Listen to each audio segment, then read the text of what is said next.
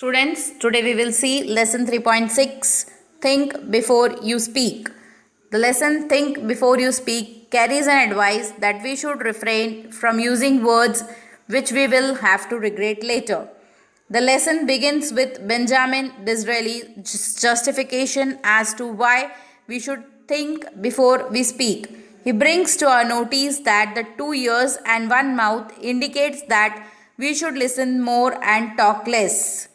The lesson is a practical tip on how one can earn respect, happy relationship, and peace of mind by speaking less and only when needed. Now we will go through the lesson and understand. Think before you speak. Man was meant to listen more and talk less. That is why, as the great British statesman means a person experienced in governing. Benjamin Disraeli said, Nature has endowed man with 2 ears and one mouth. Endowed means to be provided with something. If man was meant to talk more and listen less, he would have two mouths and only one ear. Imagine how we would have looked, how strange, with two mouths on the two sides and one ear at the center. Now, here Benjamin is telling that we are given 2 ears and one mouth. So, we should hear more and speak less. So, he's also telling that imagine if there were two mouths and one ear. So, how we would have looked. And mind you, the ears are like funnels. Funnel means a tube or pipe wide at the top and narrow at bottom. Open all the time. There is no door with which you can close them. Whereas if you have to speak even one single word, the word must pass through two walls, two fences. There is firstly the fence of these two rows of teeth. There is secondly the fence of two lips. Before a word can be spoken, it has to pierce through two walls, through these two fences. Therefore, we must think at least twice before we utter a word. Pierce means go into something. Utter means speak. Now here poet tries to tell that before we speak, we have to pass through fences. Means the first fence are of the teeth and the second is of the lips. So he is telling that before speaking, we should think twice. A very wise man once remarked that of the unspoken words you are a master. Of the spoken words you are a slave. Once you have spoken a word, you cannot get it back. Do what you will. Therefore, you must be very careful about the words that you speak. Once the word has left your lips, you will not be able to get it back. Here it is said that we are masters of unspoken words and slave of the spoken words. Means if once we speak, we cannot do anything. So we should think and speak. What are unspoken words? They are things you want to say but remain unsaid, as thoughts in your mind. Once you have put the thoughts into words, once the words have left your lips, you cannot change them or control them. Unspoken means we want to speak many things, but sometimes it happens that we cannot speak them. And if they come out of the mouth, means we cannot control them or change them. A young man went to his spiritual teacher and said, I have spoken very harsh and unkind words to my friend, and he is deeply hurt. I am afraid I have lost my friendship with him. How can I make amends? Amendments to compensate for a loss. Now, a man is going to his spiritual teacher and saying that I have spoken to my friend very harshly and I gave him some unkind words. Now, and I have hurt him. Now I am afraid that I will lose my friendship. So now the wise teacher is advising. The wise teacher gave him a fresh sheet of blank paper and a pen.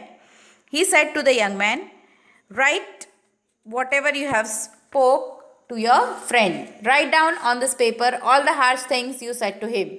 Now the wise teacher is giving him paper and pen and tells him that write whatever you have spoke to your friend.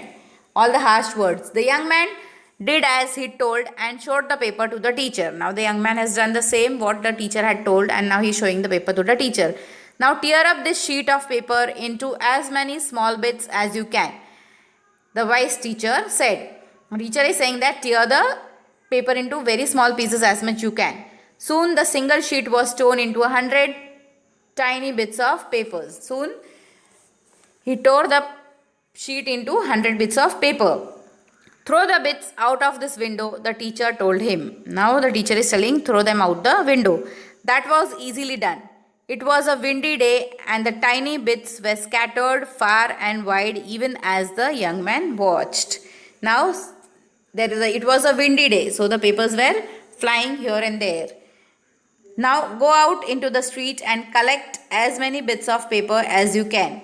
The teacher ordered him. Now teacher is telling, go out of the house and collect all the papers which you have blown now. The young man was taken aback. Taken aback means to be shocked. But that will be difficult. He stammered. Stammered means speak with sudden involuntary pause and repeat some letters. Stammered. It will be difficult indeed, but do give it a try, the teacher suggested. Now the young man is telling that it will be very difficult to collect them back. The teacher is telling, yes, I know it is very difficult, but you try. The young man went out. He returned half an hour later exhausted. Exhausted means very tired. He had not been able to get hold of a single torn bit from the paper he had tore up just a while earlier. Now he was not able to collect a single bit. This is what happens when the spoken word. The teacher said to him, once you have spoken the words aloud, it will be very difficult to take them back. Therefore, learn to think before you speak in anger. Now, this was the lesson given by the teacher to the young man, that now once the papers are thrown outside, you cannot collect them back. In the same way as the words are coming out from your mouth, you cannot take them back. Now Socrates was one of the wisest men of the ancient world. Many were the youths who lives he influenced from the better. Socrates counseled his disciples to keep their mouths shut and speak only when absolutely necessary. Counsel means advised or guided. O wise one, how may we know when it is right to speak? They asked him. People asked him question that when it is wise to speak. Open your mouths to speak only after you have asked yourself 3 questions. Now Socrates told that you only open your mouth to speak after asking the 3 questions and received an affirmative answer to each of the 3. Affirmative means yes answers. Replied Socrates.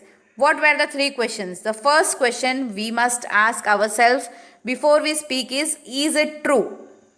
Before speaking, we should ask ourselves that is it true?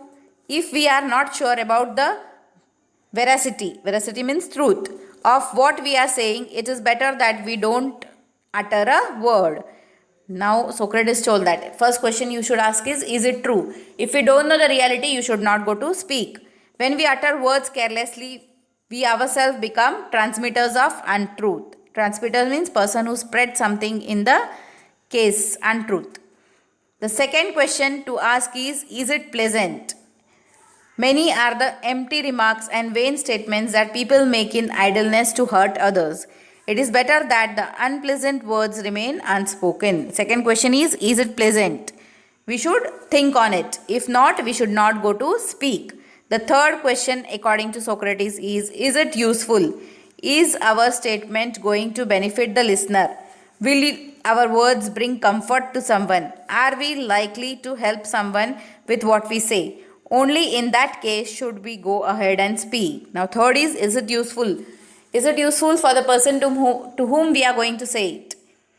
Is it benefit for him? It will not hurt him. It will be likely or not. Then only we should speak the words.